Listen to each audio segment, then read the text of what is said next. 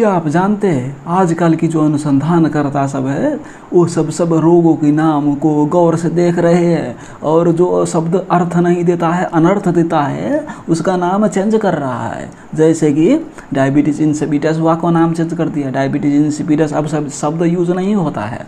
उसके बाद non alcoholic fatty liver disease का नाम चेंज कर दिया गया।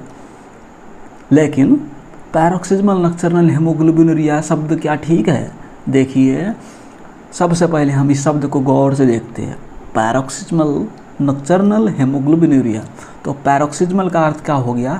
कभी काल, एपिसोडिक, नॉक्टर्नल मतलब रात को क्या होती है? हेमोग्लोबिनुरिया होती है, पेशाब में हेमोग्लोबिन जाती है। किस वजह से? हेमोलाइसिस की वजह से। तो इस डिजीज का नाम क्या है? कभी काल पेशाब में ब्लड जाती है रात को, कभी काल रात को पेशाब में ब्लड जाती है, यार डिजीज का नाम है भाई। तो क्या ये सही नाम है? क्या ये डिजीज में इतना ही होता है? कभी काल रात को पेशाब में खून जाती है, कि इतना ही होती है? तो समझते हैं इस रोग के बारे में। तो इस रोग की आप अध्ययन करेंगे तो इसमें आप पाएंगे कि इसमें एक म्यूटेशन होती है, उसको हम बोलते हैं पिका म्यूटेशन।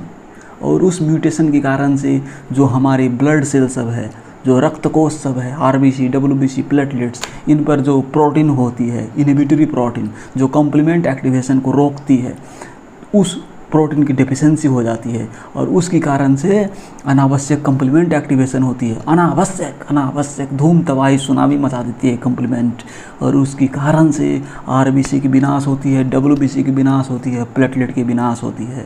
दोस्तों, तीनों सेल की तबाही मच गई और तीनों सेल की लाइसिस होती है।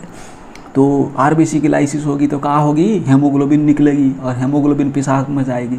डब्ल्यूबीसी की लाइसिस होगी तो इन्फेक्शन की रिस्क बढ़ेगी, डब्ल्यूबीसी कम रहेगी। अब प्लेटलेट की लाइसिस होगी तो क्या होगी? आप सोचोगे ब्लीडिंग होगी, ब्लीडिंग, लेकिन नहीं होती है ब्लीडिंग, थ्रोम्बोसिस होती है। क्या? थ्रोम्बोसिस होती है। अब प्लेटलेट का लाइसिस करा दोगे तो कैसे थ्रोम्बोसिस होगी? देखिए, ये कंट्राडिक्टरी फैक्ट है, इसको समझो। हेमोलाइसिस जब होती है ना, तो बहुत सारे साइटोकिन सब निकलती है, नाइट्रिक ऑक्साइड सबको एस्केवेंज कर देती है वो हेमोग्लोबिन सब। तो नाइट्रिक ऑक्साइड को खा जाएगी तो क्या होगी? नाइट्रिक ऑक्साइड की कमी हो जाएगी, तो ब्लड वेसल वह सब कंस्टिट्यूट हो जाएगी। अब प्लेटलेट वह सब तो एग्रीगेट करेगी, अब प्लेटलेट सब एग्रीगेट करेगी तो क्या होगी? थ्रोम्बोसिस होगी ना।